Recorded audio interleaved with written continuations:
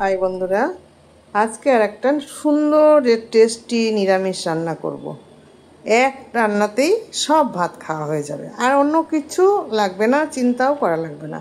ঘরে কিছু নেই, কটা ঝিঙে ছিল, তা চিন্তা করলাম ঝিঙে দিয়ে এত সুন্দর একটা তরকারি বানাবো যা খেতেও মুখ ফিরবে না, বন্ধুদের সাথে শেয়ার করব। আমি কটা তেল দিয়ে দিয়েছি, বড়ি দিয়ে দিলাম কটা তেলের মধ্যে, গরম হয়ে গেছে তেলটা। এই বড়িটা আগে আমি একটু ভেজে লাল লাল করে ভেজে উঠিয়ে নেবো, খুব বেশি কড়া করে ভাজবো না, একটু গায়ে লাল রং ধরলেই তুলে দেব। দেখতেই পাচ্ছ বড়িগুলো আমার প্রায় ভাজা হয়ে এসছে। আমি এগুলোকে আর একটুখানি নাড়াচাড়া করে তুলে দেব। বড়িগুলো তো আমার জানোই সব আমার ঘরে দেওয়া বড়ি, আবার অঘ্রাণ মাস পড়লে আবার বড়ি দেব। আমি নিজে হাতে বানিয়ে বড়ি খাই, বাজারের কেনা বড়ি আমার ভালো লাগে না, আমি খাই না। আচ্ছা, এইবার বড়িগুলো ভেজে নিয়েছি, এবার এর মধ্যে দিয়ে দিলাম 5 ফোড়ন। এই 5 ফোড়ন দিয়ে দিয়েছি। এখন আমি কেটে ধুয়ে রেখেছি ঝিঙে, একেবারে ছোট ছোট করিনি, দেখতে পাচ্ছ মোটামুটি করেছি, দিয়ে দিলাম। দেখো এখন দেখা যাচ্ছে কড়াই ভরে গেছে, একটু পরে দেখবে কোথায় নিচেই চলে গেছে সবজিটা। এটাই নিয়ম, বলো? বলে না, কাটতে দেখে 70-এ আর রাঁধতে দেখে মৃত্যুরে, তাই এ হলো তাই। কাটার সময় মনে হবে উড়ে বাবাই কত লোকে খাবে, কিন্তু রান্না হয়ে গেলে দেখবে তখন অনেক কমে যাবে। দিয়ে দিয়েছি। আমি কিন্তু এতে একটুও জল দেব না, ঝিঙের জলে ঝিঙে রান্না হবে, আর অপূর্ব টেস্ট হবে ঝিঙের সেই জল। ঝোল যখন একটু গায়ে গায়ে থাকবে ঝিঙের ঝোল, তখন ওই ঝিঙের রস যে একটা জল, অপূর্ব টেস্ট। হলুদ দিয়ে দিলাম একটু,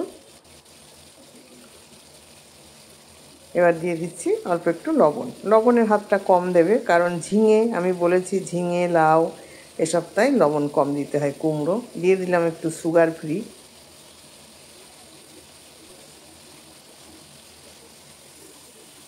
দিয়ে আবার একটু নাড়াচাড়া করে দিচ্ছি। নিরামিষের দিনে নিশ্চয়ই কেউ কোন বারের মধ্যে একটা বার তো নিরামিষ কেউ খাও, কেউ সোমবার, কেউ শুক্রবার, কেউ বৃহস্পতিবার, তাই না? কেউ আবার মঙ্গলবার, যে কেউ শনিবার, যে যেমন বারে খাও, এই নিরামিষ বারে তোমরা এই রান্নাটা করে খেয়ে দেখো যে কী অপূর্ব টেস্ট হবে। মানে এই দিয়েই সব ভাত খাওয়া হয়ে যাবে। সব দিন ডাল টাল ভালো লাগে না, ও বড়ার তরকারিও ভালো লাগে না, এইভাবে করে নাও, নিয়ে খাও, দেখো অপূর্ব লাগবে। এবার আমি একটু আদা বাটা দিয়ে দিচ্ছি, পরিমাণ মতো দিলাম, যেটুকু লাগবে সেইটুকুই দিয়েছি। আর দিচ্ছি অল্প করে একটু কাঁচা লঙ্কা বাটা। আর বড়িগুলো আমি এখন দিয়ে দেবো একসঙ্গে, কারণ ঝিঙের সঙ্গে বড়িটা তো আবার সিদ্ধ হতে হবে না, আমি তার আলাদা করে জল দেবো না যে সেইটাতে সিদ্ধ হবে। এ হলো ঝিঙে কষা হবে, যে জল বেরোবে সেই তাই দিয়ে আমার বড়ি সিদ্ধ হয়ে যাবে। আবার এদিকে তরকারি ঝোলও গায়ে গায়ে থাকবে। দেখো ঝোল কিন্তু বেরোতে শুরু করেছে। কড়াইটা সোজা করে দিলাম, বেঁকিয়ে যাচ্ছিল, একটু একটু করে বেশ সিদ্ধও হয়ে যাবে, সুন্দর টেস্ট হবে। এখন আমি আরেকটু ঢাকা দিয়ে দেই, ঢাকা দিয়ে দিলাম, ভালো করে সিদ্ধ হয়ে যাবে, আর তরকারিটাও না ফুটলে টেস্ট হবে না।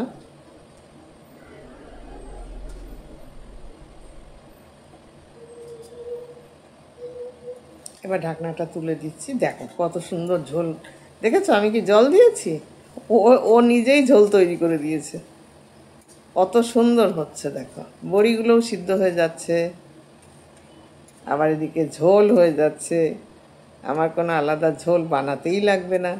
কি সুন্দর ঝোলটা হচ্ছে, আর এই ঝোলের টেস্ট যে কি অপূর্ব স্বাদের হবে বন্ধুরা, কখনো তোমরা ঝিঙেতে জল দিয়ে রান্না করবে না।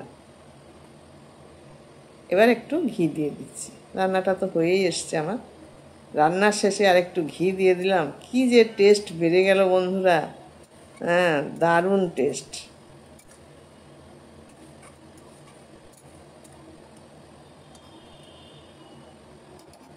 রান্নাটা আমার প্রায় হয়ে এসছে, এখন আমি এটাকে ঢেলে দেবো একটা পাত্রে, তারপরে তোমাদের দেখাচ্ছি। এই থালাটার পরে আমি ঢেলে দিই, তাহলে তোমাদের দেখাতে সুবিধা হবে। আরও ভালো করে দেখাচ্ছি, দেখতে পাচ্ছ না পুরোটা, এবার দেখাবো তোমাদের।